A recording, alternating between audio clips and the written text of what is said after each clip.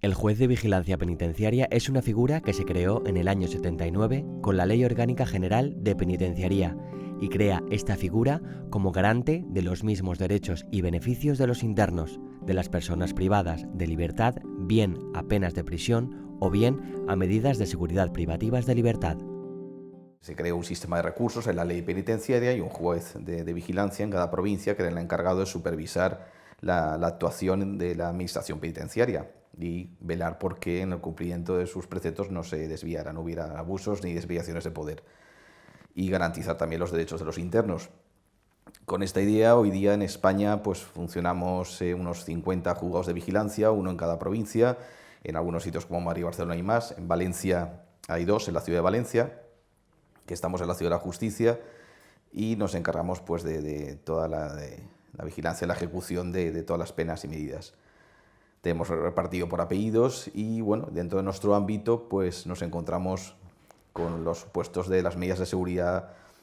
privativas de libertad que son impuestas a las personas que han sido declaradas exentas de responsabilidad penal por la concurrencia de una eximiente completa o incluso incompleta, ¿no? No son casos que cuantitativamente, dentro del enorme volumen de asuntos que llega a los 10.000 asuntos anuales, tengan una relevancia cuantitativa, pero sí son supuestos de importancia cualitativa importante, porque son casos singulares, que hay que verlos y hay que tratar de con los escasos medios pues intentar dar la solución más acorde posible, porque en estos casos pues la legislación no ayuda mucho, ¿no? Digo que no ayuda porque no hay una legislación procesal penitenciaria. En el juzgado de vigilancia funciona todo de una forma muy con los principios básicos de celeridad, de contradicción, de igualdad, de audiencia, y tampoco hay unos criterios, ¿no? Unos criterios muy unificados. Es decir, cada juez tiene su propio criterio. Tenemos el sistema de recursos como jueces de instancia que somos ante la audiencia provincial, es decir, todas las decisiones que tomamos los jueces son susceptibles luego de revisión por 3 magistrados en la audiencia provincial en caso de recurso. Pero lo cierto es que los que tomamos la primera decisión, los que estamos en primera línea, somos nosotros, y nosotros estamos solos. Sí es cierto que está el fiscal de vigilancia penitenciaria, que siempre es parte obligada en todos los procedimientos ante esta jurisdicción, pero a la hora de resolver estás solo y intentas pues dar lo mejor de ti e intentar acertar. Y intentar acertar en estos supuestos no siempre es fácil, porque hay muchos grises, hay muchos claroscuros, hay muchos aspectos que uno no sabe. Estamos hablando también de futuribles, estamos hablando de términos de peligrosidad, estamos hablando de términos hay un hecho que se ha cometido, que es lo que nos ha llevado a que esta persona se haya judicializado y pase por el proceso penal, pero luego hay unas perspectivas, hay una reinserción y hay una rehabilitación, y uno no sabe nunca cuándo va a acertar, sobre todo porque tampoco tenemos medios en los juzgados de auxilio de trabajadores sociales, de educadores o psicólogos que nos pueden auxiliar, distintos de los que tiene la administración penitenciaria. Nuestra labor consiste fundamentalmente con las personas que han cometido un hecho delictivo y que entran en la institución en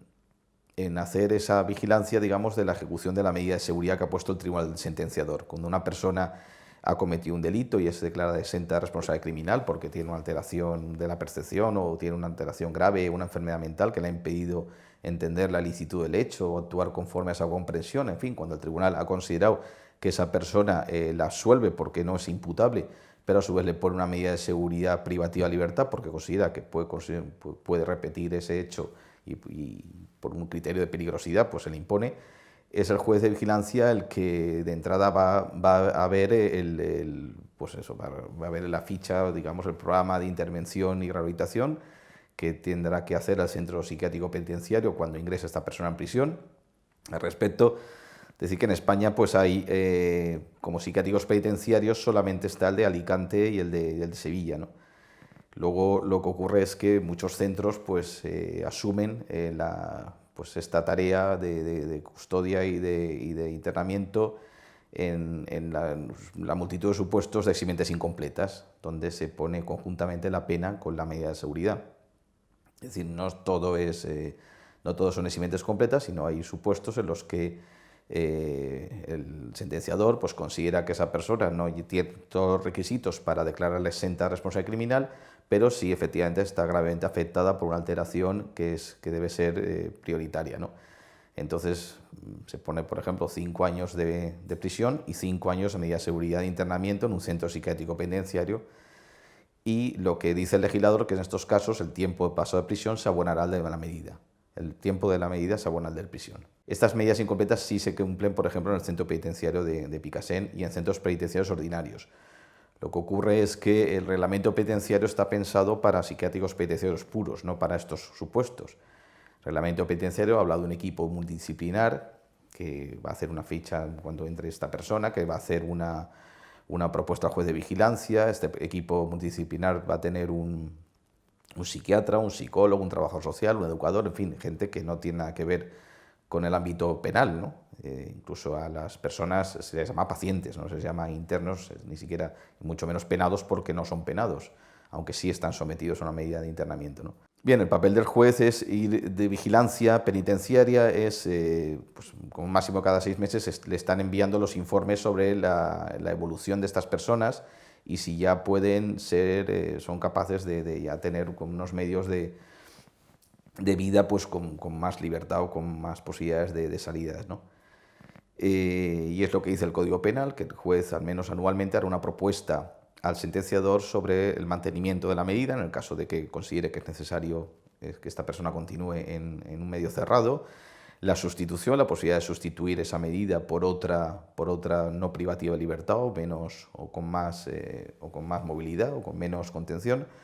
la posibilidad de suspensión y la posibilidad incluso de cese de la medida si ha desaparecido por completo la peligrosidad criminal. Estas propuestas, que son una figura un tanto extraña en derecho, se hacen al sentenciador y el sentenciador en un procedimiento contradictorio resuelve con audiencia también de la persona sometida a la medida y del Ministerio Fiscal. El juez de vigilancia, aparte de eso, es el que viene autorizando todas las salidas programadas que se hacen con esta gente, ¿no? Con estas personas teóricamente no pueden salir del centro si no es por autorización del tribunal sentenciador, pero por la vía del artículo 97. Pero luego la práctica sí que se viene, empezaron a hacer en Alicante, se hace en Picassent, se hace en muchos centros, que estas personas pues se les autoriza a salir unas horas al día. Y son salidas programadas, bien con personal de la institución o bien con personal incluso de asociaciones de voluntarios o del tercer sector, ¿no? El juez es un trabajo de campo que se hace muy interesante, que todas las semanas el juez se dirige a los establecimientos penitenciarios de su jurisdicción, de su territorio, y visita pues todas las instalaciones y hay una despachas con el director, con las juntas de tratamiento en su caso, y sobre todo entrevistas directamente con las personas que lo solicitan, con las personas privadas de libertad. Esa entrevista, ese contacto directo con la persona privada de libertad, pues es una fuente de información porque bueno, pues se transmite mucha información que no se ve en los escritos y se ve si esa persona pues está ya más capacitada para acceder a un permiso, para acceder a un tercer grado o para ser merecedora de una solicitud, una propuesta de cese o de suspensión de la medida de internamiento. Esto se combina también con una capacidad que tienen las personas presas que no la tiene ningún otro ciudadano que litiga o que ciudadano que frente a la administración de justicia, que es la autopostulación. La autopostulación es la capacidad que tiene una persona de representarse a sí misma y defenderse sin necesidad de abogado ni procurador. Y eso cualquier persona privada de libertad lo puede hacer ante el juez de vigilancia. Cualquier recurso, cualquier queja, cualquier solicitud que sea susceptible de las competencias del juez de vigilancia, que son muchas en ese aspecto, la puede dirigir directamente, bien en esas entrevistas, bien con una petición de audiencia o bien por un escrito sin más formalidades que su firma. Y normalmente nunca se va, por el principio pro actione, nunca se va a desestimar por falta de forma, es decir, siempre va a haber una actuación, una respuesta por parte del juzgado de vigilancia. Esa inmediatez que hay hace que las personas privadas siempre tengan al juzgado de vigilancia como alguien que cercano que sí que intenta velar por lo menos por sus derechos y corregir los abusos y desviaciones que la administración penitenciaria pueda cometer. Las personas que puedan haber sido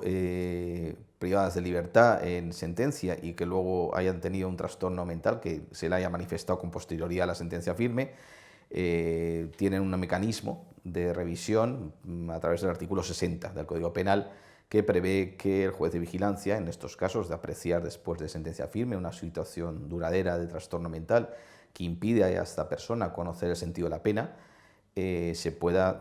suspender esa pena de prisión y sustituir por una medida de seguridad que podrá ser de internamiento o no. Nunca más gravosa que la pena que se sustituye. Esta posibilidad además se articula de una forma directa, a diferencia de las propuestas de cese, de modificación, de suspensión o sustitución, que son propuestas que se hace al tribunal sentenciador. En este caso, el juez de vigilancia lo decreta por sí mismo tras escuchar al Ministerio Fiscal, su dictamen del fiscal. Y en teoría es un sistema que el legislador ha previsto que es bastante favorecedor para todas estas personas que ya llega un momento que ya no saben qué están haciendo en prisión, porque han perdido ya por completo el sentido de la pena, o no porque eso se hayan devenido dementes, sino porque a lo mejor era un estado de una enfermedad latente que se ha manifestado luego durante el ingreso en prisión o incluso antes del ingreso en prisión. Porque lo que dice el precepto es que después de firme la sentencia, se manifieste esa situación de duradera trastorno mental transitorio, de trastorno mental, ¿no?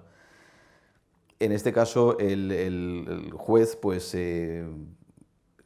puede suspender y puede poner esa medida. En otras ocasiones se ha suspendido la pena y se ha puesto una medida de seguridad no privativa de libertad, es decir, de tratamiento médico, ambulatorio, en uno de los recursos siempre que lo hay. De manera que eso ha producido la excarcelación de esta persona. En la mayoría de las ocasiones lo que ocurre es que esta persona que estaba clasificada penitenciariamente, que a lo mejor podía disfrutar de permisos de salida, al suspenderle la ejecución de la pena de prisión y poner la medida segura de internamiento, lo que haces es que la estás desclasificando y la estás dejando sin permiso, es decir, que no la estás favoreciendo, Máxime cuando en muchas ocasiones se ha intentado o hay pues estos programas puentes o hay otros mecanismos de beneficios penitenciarios que ayudan más a la reinserción a la persona que el mero cumplimiento de una medida de seguridad de internamiento, ¿no? Tenemos que tener en cuenta que la ejecución normal de una pena de prisión, a partir de la cuarta parte de la condena, si se observa buena conducta, se pueden acceder ya a los permisos ordinarios de salida, hasta 18 al semestre y 36 al año para los clasificados en segundo grado. Son permisos que da la Junta de Tratamiento y autoriza al juez de vigilancia penitenciaria cuando exceden de 2 días. Siempre exceden de 2 días, el mínimo que se dan son 3. Es una práctica que se ha venido haciendo desde hace muchos años porque la Administración Penitenciaria que quiere que cada persona que salga de permiso lleve la firma del juez de vigilancia penitenciaria autorizando ese permiso. El juez de vigilancia también resuelve en vía de recurso de queja las denegaciones de permiso. Cuando la Junta de Tratamiento estima que esa persona no está apta para salir de permiso, esa persona puede recurrir por cualquier medio, verbalmente en una audiencia de las semanales o por un escrito, sin necesidad de abogado ni procurador, esa decisión. El juez de vigilancia va a recabar los informes del centro penitenciario que justifiquen la negativa, va a dar traslado al Ministerio Fiscal y va a resolver. En ocasiones ratificará el acuerdo de la Junta de Tratamiento de negación del permiso y en ocasiones estimará que los motivos que se han alegado no justifican que no salga esa persona de permiso y concederá permisos. Puede conceder 2 permisos de 4 días o 3 de 6 con las condiciones y controles que estime procedente en función de las características de esta persona. Esta persona le fue apreciada una atenuante de drogodependencia y tiene ahí una etiología delictiva muy clara relacionada con su toxicomanía, pues normalmente pues van a ser las analíticas correspondientes al regreso de permiso, la presentación en fuerzas y cuerpos de seguridad, etcétera, ¿no? Bien, lo que yo quiero decir es que está mucho más desarrollado los mecanismos de reinserción desde la perspectiva de la persona privada de libertad normal que desde una persona que tiene una medida de seguridad de internamiento porque ha sido declarada exenta de responsabilidad criminal. Estos mecanismos luego se traducen en el caso de una persona normal que cuando ya ha disfrutado unos permisos de salida y ha hecho buen uso, normalmente va a ser merecedora de una progresión a tercer grado. Dentro del tercer grado, que es un régimen de semilibertad, donde teóricamente solo hay que ir a dormir a prisión, ya hay unos medios telemáticos que se suelen hacer, que se suelen poner, que son las pulseras del artículo 86.4 del reglamento penitenciario, que eximen de ir a la prisión. Basta con que tengas un domicilio con línea telefónica para que pernoctes ahí. Y eso normalmente es el paso previo a la libertad condicional. Si tenemos un programa puente, como funciona muy bien en la prisión de Picassent,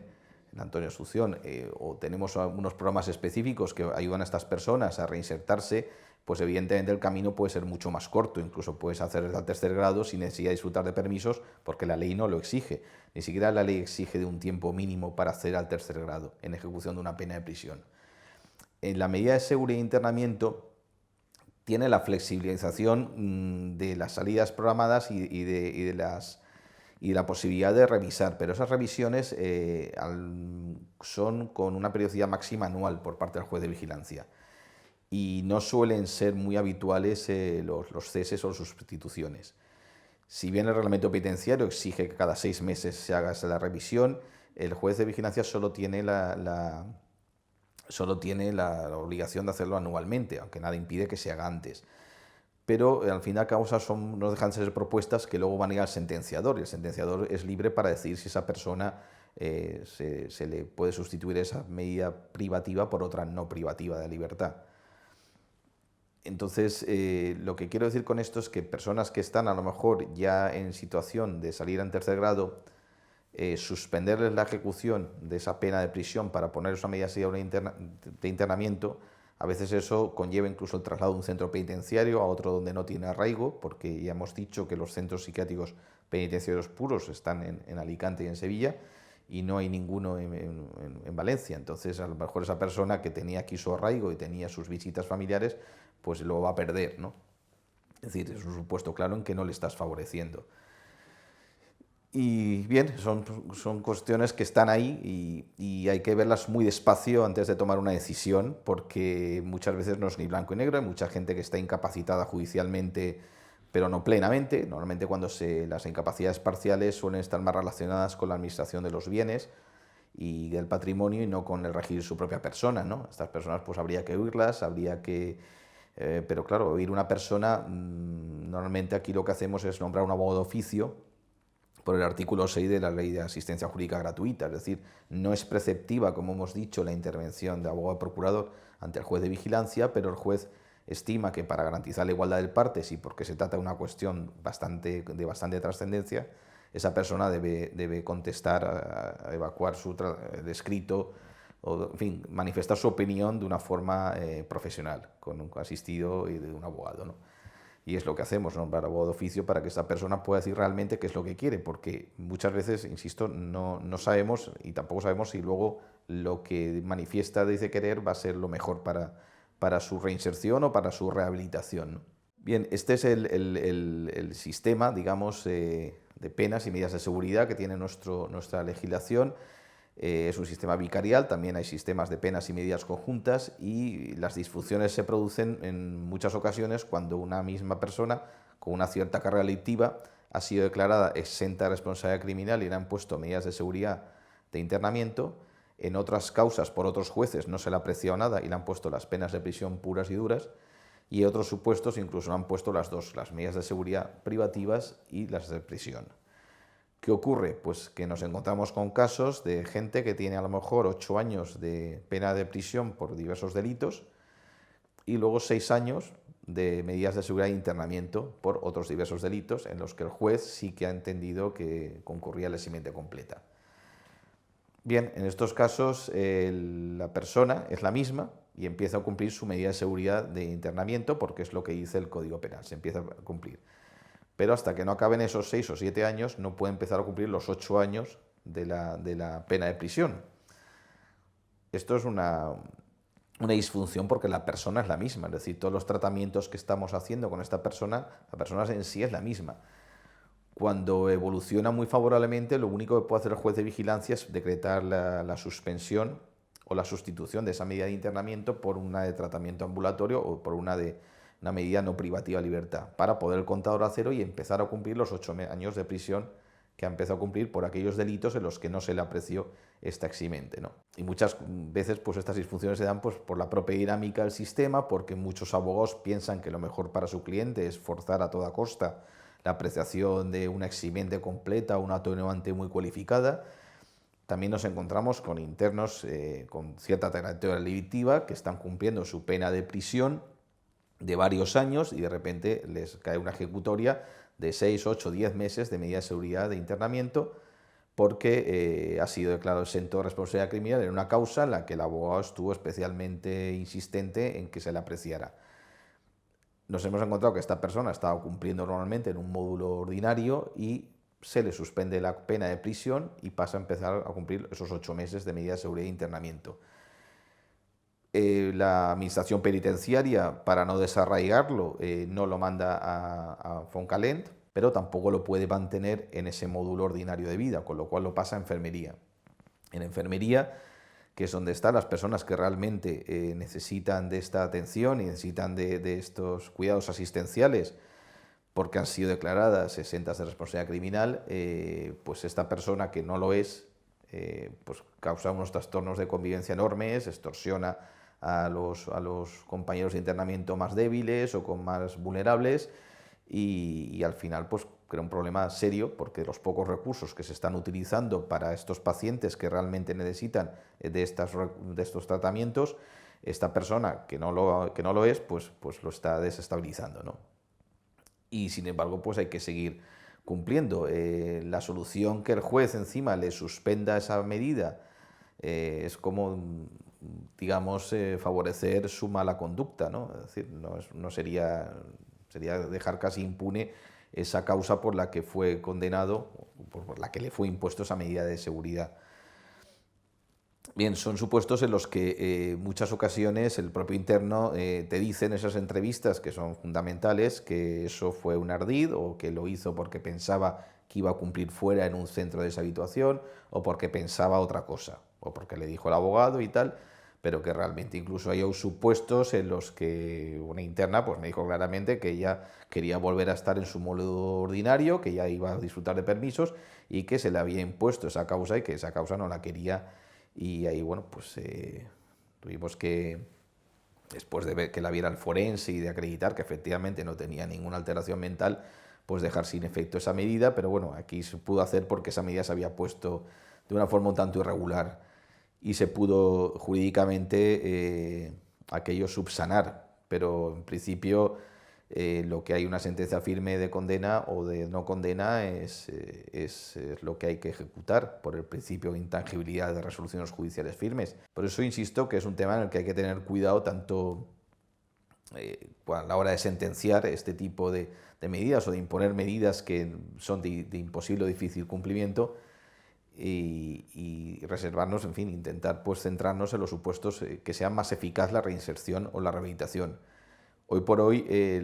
los sistemas en un centro penitenciario como Picassent, el Antonio Asunción, donde hay 35 módulos, donde hay muchísimos perfiles de hombres, mujeres, de primarios, de adultos, de jóvenes, y donde hay módulos de respeto, hay módulos terapéuticos, hay una comunidad terapéutica intrapenitenciaria que funciona fantásticamente, está el módulo de estudios y tal, se puede pues intentar trazar los itinerarios de personas que estén en el programa Payén, ¿no? El programa Payén es un programa de atención a enfermos mentales en prisión que también coge a estas personas que no fueron, pero que evidentemente no tienen esa enfermedad mental que le impide conocer el sentido de la pena, pero tampoco tienen un grado normal, ¿no? Porque pues, son supuestos que quizás porque son más abundantes los que mejor respuesta tienen. El supuesto de enfermedad mental total pues es supuesto en lo que ya es un paciente y donde se está evaluando la peligrosidad futura, ¿no? La posibilidad de que esa persona pueda reincorporarse a la sociedad, los recursos que tiene la sociedad de una forma pues tranquila y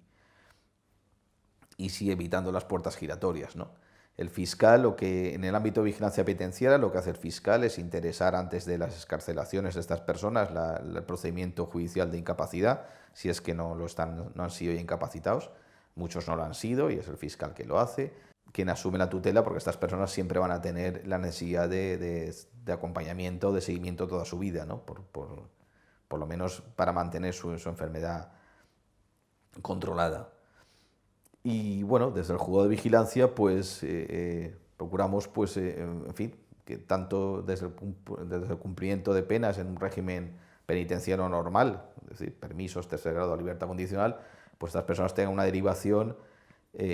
pues correcta, y desde el punto de vista pues de las medidas de seguridad, pues efectivamente, pues, claro, cada persona la vamos a ver con detalle porque, insisto, no es una cantidad que impida su adecuado control y seguimiento. Claro, aquí el tercer sector es muy importante, ¿no? Porque son los que luego están en la práctica dando más la cara y ofreciendo esos recursos que desde el juzgado es imposible saberlos, ¿no? Estimo que el juzgado de vigilancia no tiene ni siquiera psicólogos ni trabajadores sociales adscritos, ¿no? Yo delego mucho en los trabajadores sociales del propio centro penitenciario a la hora de establecer condiciones y controles de salidas, de permisos de salida, de terceros grados y tal. Es decir, a mí la información siempre me viene un poco por terceras personas.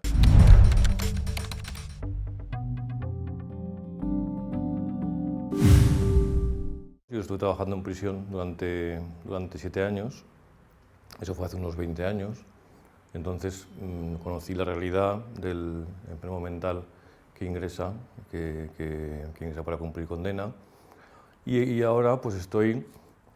en una unidad de salud mental trabajando con estos mismos presos cuando salen y cuando son acogidos por la asociación AMBID, y bueno, y cómo van mejorando y cómo van cambiando, iniciando su proceso de recuperación, ¿no? Como digo, empecé a trabajar en concreto en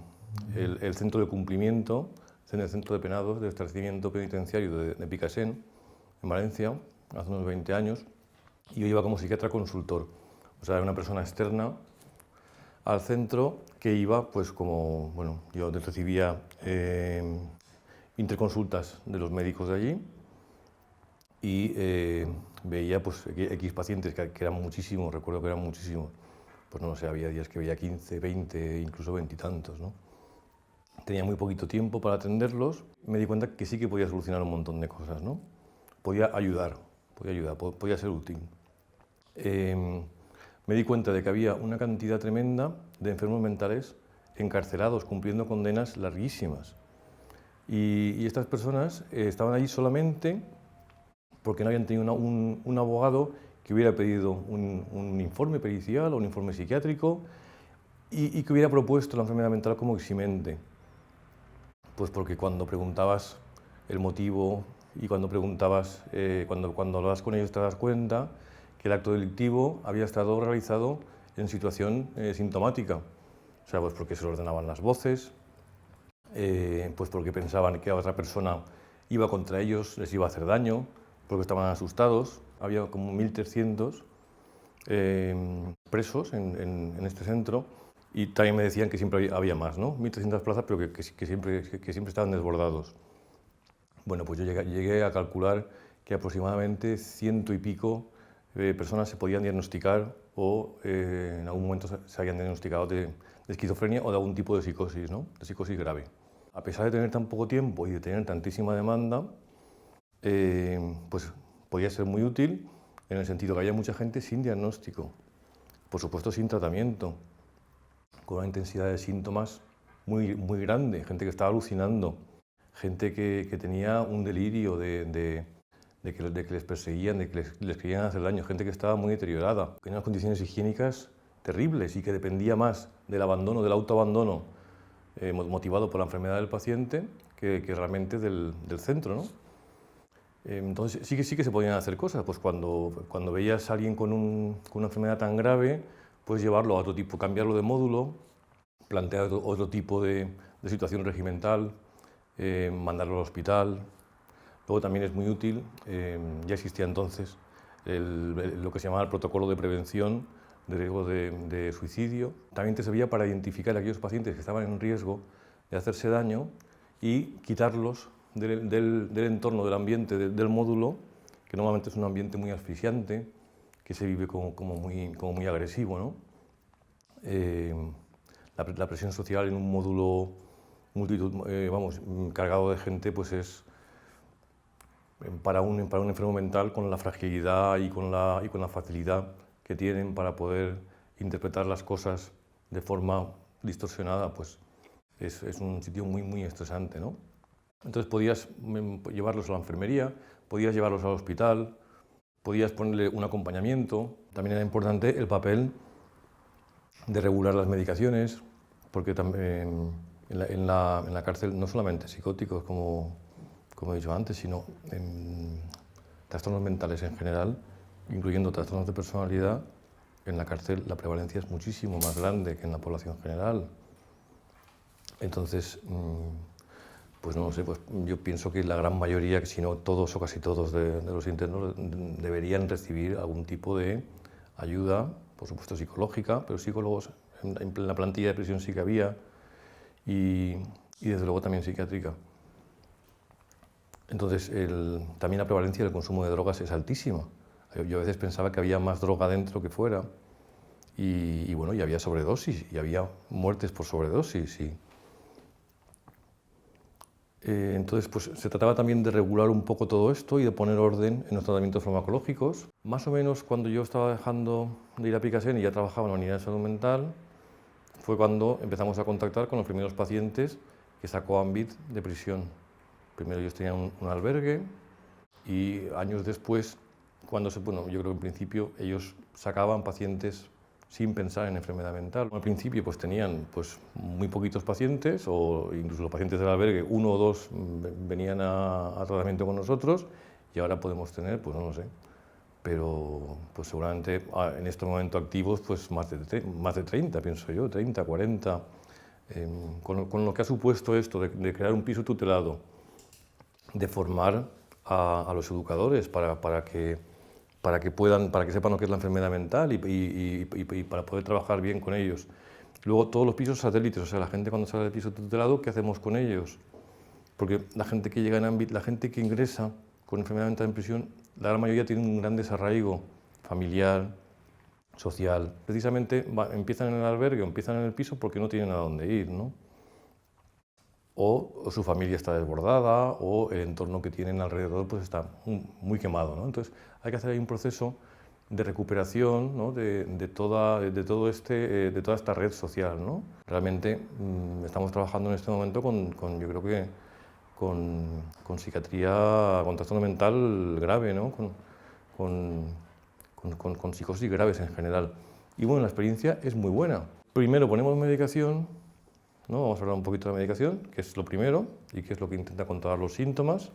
pero después viene todo lo demás y después queda un mundo, ¿no? Y cuando uno mejora o desaparecen sus síntomas, entonces viene un mundo complicadísimo, que es donde estoy después de X años que he estado en otro sitio y ahora estoy en un sitio que no conozco, con gente que no conozco, qué quiero hacer de mi vida, qué planes tengo, qué metas tengo, quién soy muchas veces, porque a lo mejor durante los últimos X años he estado alucinando o he estado consumiendo heroína o cocaína y entonces no sé ni siquiera cómo soy, ¿no? Entonces, a partir de ahí viene todo este proceso, que es complicadísimo. Incluso cuando quedan síntomas también el saber cómo manejarlos, el poder relativizarlos, el poder contarlos, el poder trabajarlos con el equipo. Enfermos que podían haber sido muy graves y haberse complicado en otro contexto, pues al final acaban yendo muy bien, en su mayoría, ¿no?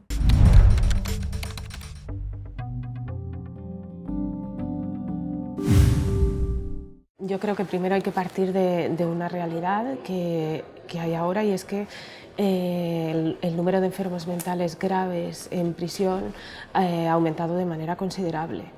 Entonces, partiendo de esa realidad, de hecho, hoy por hoy en la prisión de Valencia tenemos a un total de 133 internos ya incluidos en el programa de atención integral a enfermos mentales. Lo ideal sería que los enfermos mentales graves no llegaran a entrar en prisión, pero bueno, una vez entran en prisión, la prisión lo que pretende no es dar una solución integral a este problema, pero sí participar en él, mejorando la detección, el diagnóstico y el tratamiento, así como la reincorporación social. Es por ello que se creó el programa de atención integral a enfermos mentales, que lo que pretende o tiene 3 objetivos fundamentales. En un primer momento, detectar y diagnosticar a todas estas personas, ya que en muchas ocasiones no están detectados fuera. Cuando se produce la primera, digamos, brote o explosión de esta enfermedad es en prisión, o a veces incluso las tienen, pero son personas que no están visibilizadas dentro de la sociedad y es en prisión cuando las detectamos. Entonces, el primer objetivo fundamental es ese, detectar y diagnosticar, después una estabilización clínica para que esté estable y podamos trabajar con él. Después intentar mejorar pues, la calidad de vida de esa persona, mejorar su autonomía personal, la conciencia de enfermedad, en fin, la adherencia al tratamiento y, por último y más importante, pues la reincorporación social. Y derivarlo a los recursos sociosanitarios comunitarios existentes fuera. Precisamente en el tercero de los objetivos que tiene el programa de atención a enfermos mentales, que es el de la incorporación social. Se crean las unidades puente que trabajan en los centros de inserción social, que son centros destinados a los internos que viven en tercer grado, en régimen de semilibertad, con la finalidad de incorporarlos progresivamente a todos los recursos externos, al tercer sector, que es el que genera una labor muy importante porque es muy conocedor de esta realidad a través de sus usuarios. En el centro penitenciario, que es donde yo estoy, nos centramos, aparte de la coordinación con las unidades puente, en el programa de atención integral a enfermos mentales. Este programa tiene 3 niveles, 1, 2 y 3. El nivel 1, digamos que están encuadrados aquellos internos que no tienen conductas disruptivas ni conductas de riesgo y que pueden llevar a cabo una vida normal en el centro en módulos de vida ordinario. Y estos se integran en todas las actividades ordinarias y comunes que tenemos para el resto de la población reclusa. El nivel 2 son aquellos internos que sí que tienen cierta conducta de riesgo, ciertas conductas disruptivas y que generan o pueden generar conflictos en módulos de vida ordinaria. Entonces aquí sí que valoramos los casos y pueden residir bien en módulos ordinarios, dependiendo de la valoración que el equipo hace, o bien en la enfermería del centro, que nosotros contamos con una enfermería muy potente donde residen allí los PAIEM que están en el nivel 2 o bien los del nivel 3, que son aquellos que sí que no pueden llevar una vida autónoma, necesitan internos de apoyo, sí que tienen conductas de riesgo y conductas que entorpecen la vida diaria dentro del ámbito que es la prisión. En el nivel 1 de PAIEM, en el Centro Penitenciario de Valencia, tenemos a 39 internos, en el nivel 2 a 61 y en el nivel 3 a 23. De una población de 2.000 internos, aproximadamente, con lo cual la proporción es bastante alta. Normalmente bien en el momento del ingreso, cuando un interno ingresa y da síntomas de tener algún tipo de enfermedad mental, o bien a lo largo del internamiento cuando no se ha producido ningún dato o ningún signo que pueda evidenciar que tenga una enfermedad mental, pues el equipo multidisciplinar PAIEM, que está integrado por psicólogos, trabajadores sociales, educadores, por mí, la subdirectora de tratamiento, médicos y luego también por el tercer sector. En concreto trabajan con nosotros varias ONGs que son AMBIT, ASIEM, Arcadis, Asprona y Pastoral Penitenciaria. Nos reunimos y valoramos cada uno de los casos que nos encontramos. Primero valoramos el diagnóstico, vemos a ver si tiene diagnóstico, si se tiene que trabajar por parte del psiquiatra para determinar el diagnóstico. Valoramos cuál es la familia que tiene, si puede aportar información, porque normalmente los enfermos mentales, sobre todo los graves, les cuesta mucho ofrecer información porque suelen no tener conciencia de enfermedad. Entonces, pues trabajamos todo ese aspecto de indagación, si ha utilizado unidades de salud mental, ha estado ingresado, todo tipo de información que podamos obtener sobre él. Vemos también si tiene una valoración de discapacidad o no. En el caso de que no la tenga, procedemos a iniciarla, o si la tiene y consideramos que podría ser ajustada, también renovamos esas valoraciones de discapacidad. Asimismo, nos ponemos en contacto con las familias en el caso de que las haya. También valoramos la procedencia o no de iniciar un procedimiento de incapacitación, dependiendo de los casos. Si consideramos que es adecuada la incapacitación y el interno tiene familia, hablamos con la familia para que decidan sobre la iniciación o no de ese procedimiento, y si no tienen familia lo iniciamos nosotros de oficio. También en el caso de que se trate de internos preventivos, es decir, en prisión provisional, valoramos la oportunidad de comunicar al juzgado a cuya disposición se encuentran de esta circunstancia a los efectos de que pueda ser tenida en cuenta para la aplicación de algún tipo de eximente, completa o incompleta, o de algún atenuante. Y básicamente eso es lo que valoramos de estos internos y determinamos el nivel de PAIEM en que lo vamos a incluir, y en función del nivel ya determinamos cuál va a ser el módulo de residencia, si en un módulo ordinario o en la enfermería. Aquellos que se quedan en la enfermería, pues son evaluados todos periódicamente, tanto en los módulos ordinarios como en la enfermería. Los que se quedan en la enfermería trabajamos con ellos, una vez están estabilizados clínicamente, que como hemos dicho es el primer paso, pues trabajamos con ellos la autonomía personal, la conciencia de enfermedad y toda la adherencia al tratamiento. Y tenemos actividades bien donde pueden participar con otros internos o actividades exclusivas para ellos, como son el TACA, la terapia asistida con animales, los talleres de arte,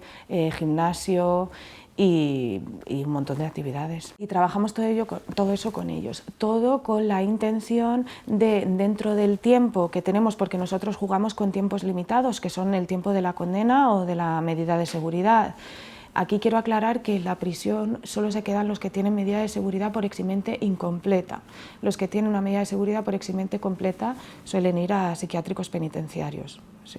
una diferencia importante. Pues trabajamos dentro de ese tiempo limitado y lo que empezamos a ver es, jugando con ese tiempo, a través de las distintas medidas que tenemos, como los permisos de salida en el caso de penados o las salidas terapéuticas para los internados judiciales y también las salidas programadas, intentamos ya iniciar un poco el contacto con el exterior. Los permisos, en el caso de tener familia, van con la familia y si no, utilizamos las distintas ONGs que tenemos para los permisos, que en este caso es AMBIT. Para empezar a derivarlos, empezar a probarlos en libertad a los efectos de poder conseguir ya su derivación a la unidad puente, al CIS, para que esa incorporación sea progresiva. Y cuando consideramos que es el momento ideal, que están preparados para poder salir, jugamos con el tiempo de la condena, iniciamos ya la progresión a tercer grado, en un 86.4, es decir, con medios telemáticos, intentando que en el centro de inserción social estén el menor tiempo posible, ¿vale? Y salgan directamente bien a la ONG, a AMBIT, que se encargue de ellos, o bien con la familia. Yo creo que podemos mejorar aún más, aunque creo sinceramente que estamos mejorando bastante en la detección de todos estos casos y en el tratamiento. A veces se produce que, claro, las personas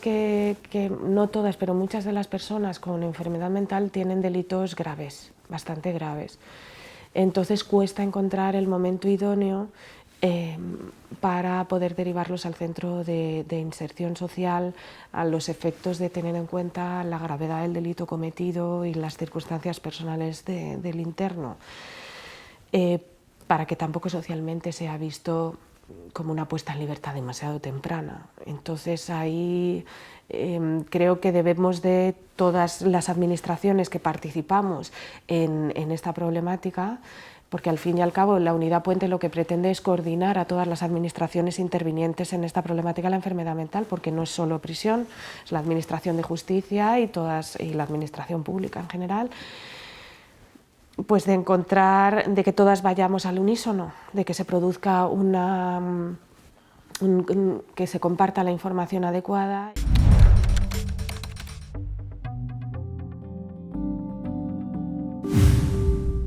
En la asociación llevamos pues casi 20 años trabajando en prisión con personas que tienen un diagnóstico de enfermedad mental grave. Bien que ya lo tenían antes de entrar a prisión o bien que se detecta allí. La esencia de todo nuestro trabajo siempre ha sido la creencia de que las personas con enfermedad mental grave no tienen que estar en prisión. No es la prisión el lugar ni para ellos ni para ellas. Porque estas personas, es decir, ese diagnóstico, aparte de la etiqueta, implica una manera de sentir, implica que la persona tiene una manera de percibir, implica que la persona tiene una manera de comunicarse y una manera de estar en el mundo que está caracterizada por la vulnerabilidad al sufrimiento. Más allá de la enfermedad es el sufrimiento en lo que nosotros y nosotras intentamos prevenir y en lo que intervenimos. El sufrimiento está caracterizado por el aislamiento, por la pérdida de vínculos, por la despersonalización, por la falta de posibilidades, por la pobreza, por la marginalidad y por la exclusión, por la sensación de no poder ocupar espacios, por la sensación de no tener voz o no poder sacar la voz, por esa dificultad. Y nuestro trabajo en prisión, pues bueno, concretamente vamos abrimos un espacio semanal en un grupo de personas que tienen este diagnóstico, consensuado con el equipo de profesionales que trabajan en prisión, que nos ayudan un montón a seleccionar a los y las participantes. Y entonces, más allá de los objetivos de trabajar a nivel psicoeducativo y ofrecer pues, una conciencia, y ofrecer información, que comprendan qué es lo que les ha ocurrido, por qué están allí, aparte de eso es ser como un foco, ¿no? Que va todas las semanas y entonces de alguna manera pueden recuperar o tomar un contacto y vincularse de otra manera, tanto entre ellos como con la propia, como con la entidad. A partir de ese trabajo que hacemos semanal en ese grupo, que se pretende que sea un espacio de confianza, donde puedan facilitarse maneras diferentes de comunicación y de estar y de contacto. Luego nos coordinamos mucho con el equipo de profesionales de PAIEM, son tremendamente accesibles y entonces nos vamos coordinando para preparar toda la salida a la libertad, el cambio de medida, la medida alternativa o lo que se considere para que la persona esté el mínimo tiempo en la institución penitenciaria. Justamente porque la institución penitenciaria es demasiado fría, demasiado despersonalizada y necesitan recuperar un contacto con el mundo y con lo humano. Nos hemos dado cuenta con los años que al finalizar estos grupos o al finalizar el año, digamos, se dan cuenta de que otra persona ha pasado por lo mismo que lo que ella y entonces eso les hace estar mucho más tranquilos y menos angustiados y angustiadas con su experiencia. Hablan más, miran más a la otra persona, sienten que pueden contar los hechos traumáticos, tanto que les ha llevado a prisión como lo que ha venido antes, porque hay muchas veces muchas historias de mucha violencia y no es el hecho fortuito que les ingresa en prisión ese hecho violento. El hecho violento empieza mucho antes y a veces son ellos y ellas las víctimas que reciben esa violencia a través de humillaciones o de violencia más abierta, como pueden ser las agresiones o los malos tratos. Pero simplemente el hecho de estar excluidos ya es violento, de no haber sido vistos o reconocidos en su manera de sentir, de percibir y de comunicarse. Entonces, pues van recuperando un poco la capacidad de comunicarse, la capacidad de expresar, de sentirse respaldados y respaldadas, de vivirse con menos angustia y de darse cuenta de que están en un proceso y de darse cuenta de que en ese proceso la línea entre la enfermedad y el sufrimiento, lo patológico, lo sano, el daño, la violencia, es todo muy fino y entonces van dándose cuenta de cómo prevenir episodios de mayor sufrimiento, van tomando más conciencia sobre la importancia de su autocuidado, reconociendo profesionales que les pueden dar ayuda, tomando el foco, ¿no? Viendo como que puede haber un proyecto de vida más allá, que la prisión no es el final, y que fuera hay otra manera de hacer. Les presentamos mucho, les hablamos de la vivienda tutelada, de la posibilidad de cumplir las medidas alternativas. Entonces, de alguna manera eso les llena como de esperanza. Se facilita mucho que hayan permisos cuando la gente está atendida. Luego participamos en reuniones de coordinación, seguimiento de casos, estudio de casos, y entonces se facilita que hayan permisos. A través de los permisos conocen los recursos fuera, conocen otras personas que han pasado por su situación y ven ejemplos de personas que se han recuperado. Eso siempre, empieza a despertarse la esperanza para construir un proyecto de vida distinto. A lo largo de los años nos impresiona mucho escuchar testimonios muy puntuales, pero eso es cierto y lo dicen. Yo estaría muerto si no hubiera ingresado en prisión, o yo estaría muerta si no hubiera ingresado en prisión. Y eso lo que nos tiene que hacer es plantearnos el sistema penitenciario, pero también el sistema de libertades que tenemos montado fuera. Para la preparación para la libertad es fundamental tener presencia y estar, y que las instituciones den un espacio al tercer sector y a los agentes que trabajan en la comunidad. Si estas personas no tienen un foco permanente, se pierden, se dispersan, porque nunca ha habido nadie que haya estado ahí, en lo fundamental y en su necesidad primaria. Son supervivientes y necesitan alguien que acompañe en todo el proceso. A alguien me refiero no a una sola persona, sino a todo el equipo que forma una entidad y que esa entidad esté muy acogida y que forme parte de una red de muchas más entidades y de la administración, para que cuando esa persona salga, a través de las personas que trabajan en esas entidades, vaya trazando el camino. Es un proceso a largo plazo y es un proceso donde a veces hay que, no voy a decir adelantarse a sus necesidades, pero sí estar ahí y comunicar mucho todo el rato, con mucho contacto, todas las posibilidades que tienen. Para que alguien pida, tiene que darse cuenta de que hay otro al que le puedo pedir. Las personas que tienen una enfermedad mental grave a veces no tienen la sensación de que hay otro a quien le puedan pedir, porque en lo primitivo, en lo histórico, eso ha faltado de alguna manera. Entonces no se puede... Es algo que siempre va a tener que ser como aprendido.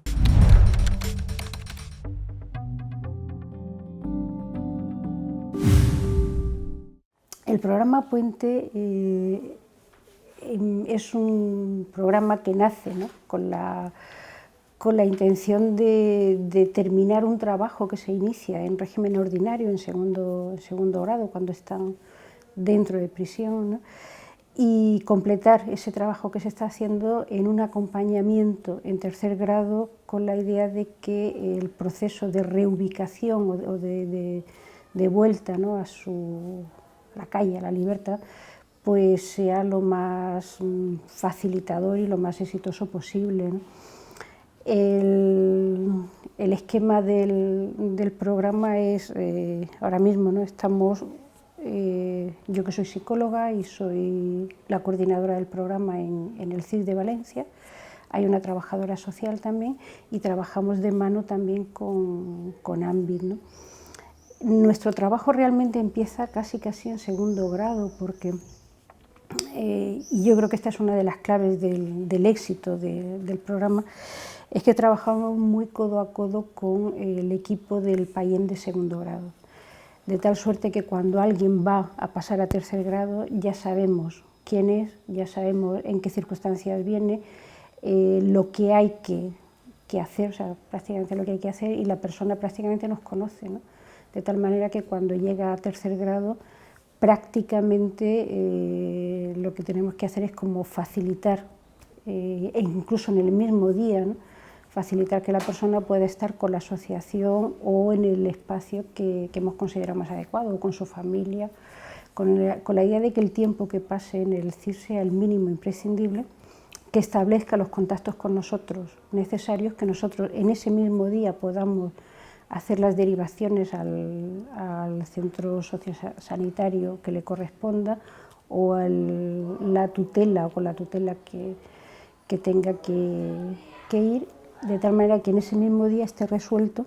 y a partir de ahí nosotros a lo que ya nos dedicamos es prácticamente a hacer el seguimiento y la coordinación del trabajo del resto de los profesionales, para que ese proceso de vuelta a la casa, ¿no?, de vuelta o vuelta a la calle, se puede hacer de la manera menos traumática posible, ¿no? Volver a la libertad no se entiende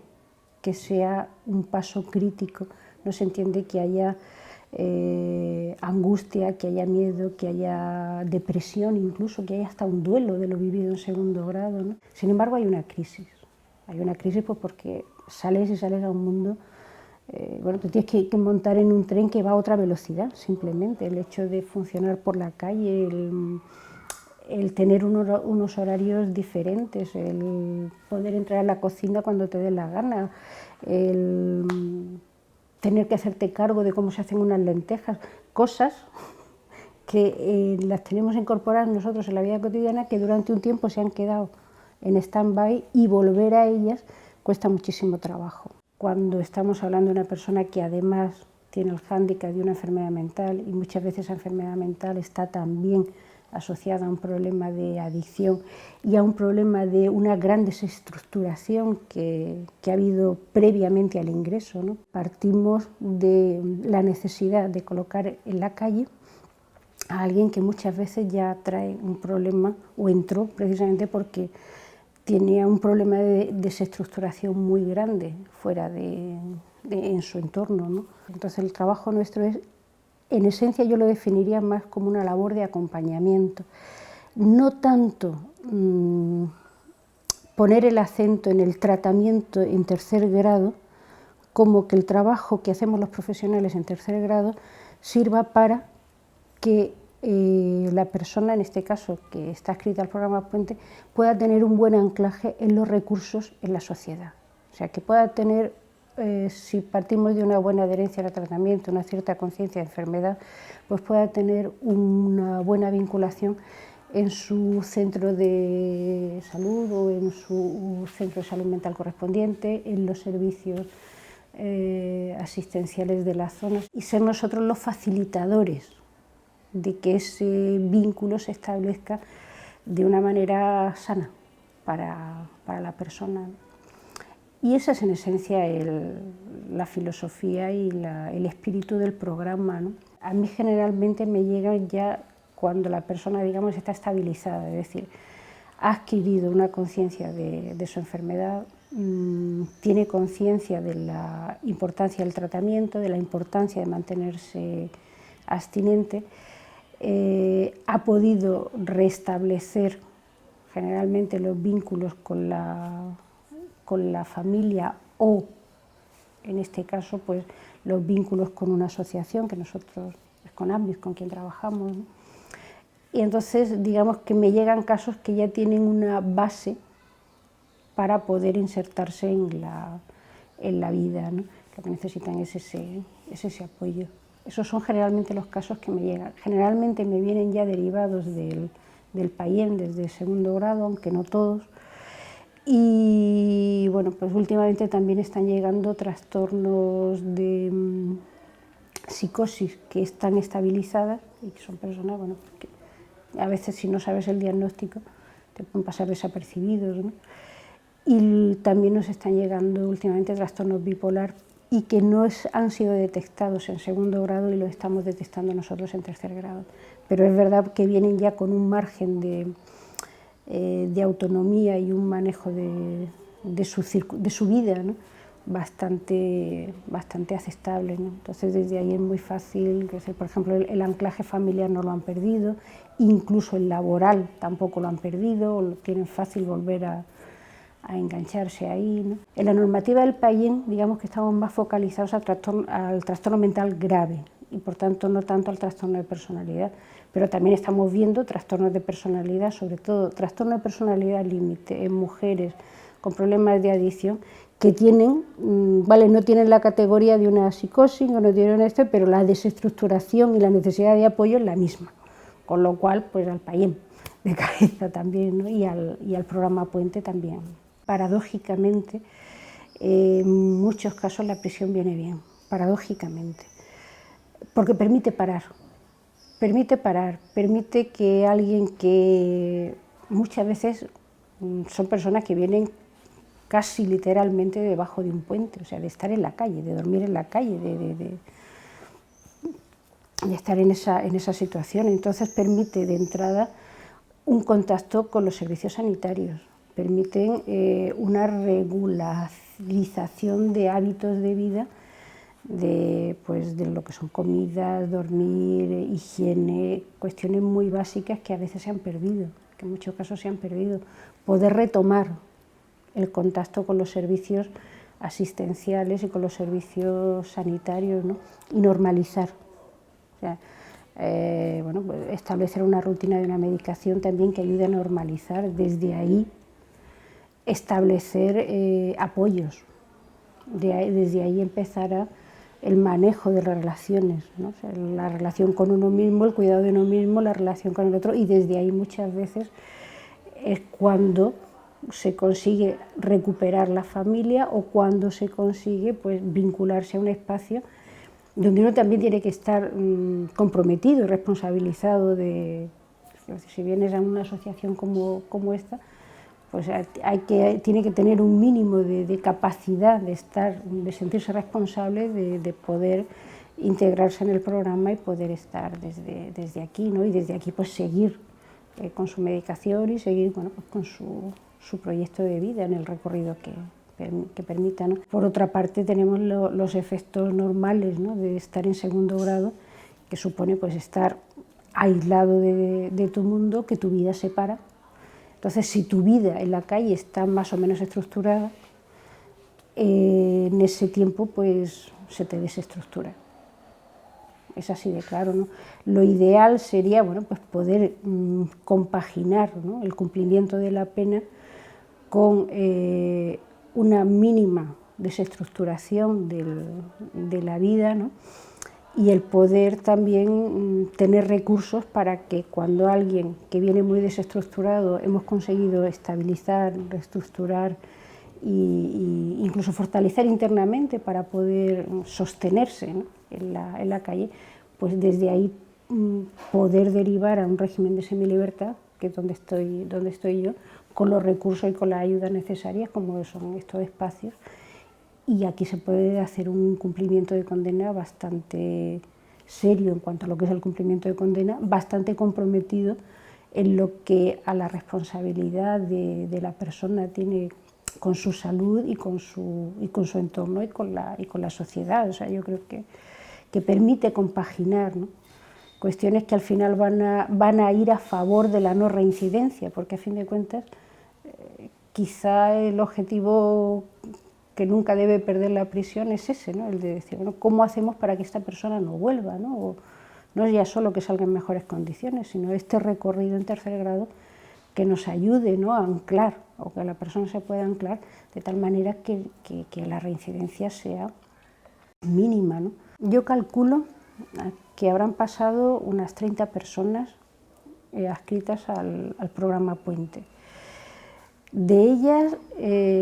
una tuvo una recaída en consumo, que no un nuevo delito, tuvo una recaída en consumo y la regresamos de grado, volvió para atrás. El resto terminaron condena con éxito. Yo creo que el programa es muy redondo, lo que nos falta es seguir creciendo, que el programa es muy amplio, ¿no? Yo creo que estamos cubrimos con facilidad la parte asistencial y creo que nos faltaría el entrar más en la parte de reeducación, sobre todo en lo que sería la inserción laboral, eso, aspectos formativos, aspectos de inserción laboral. Yo creo que ahí hay que hacer un esfuerzo, nos quedamos todavía cortos, pero bueno, yo creo que es una cuestión de tiempos, ¿no? Estamos ahí viendo a ver si creamos la comisión de seguimiento de casos. Yo tengo mucha fe en ese proyecto, sí, porque bueno, es un equipo muy multidisciplinar, amplísimo, pero que nos va a permitir como ir viendo, singularizando a una persona desde múltiples perspectivas, incluso también vernos a nosotros, o sea, como mentalmente el radio de acción del programa va a crecer.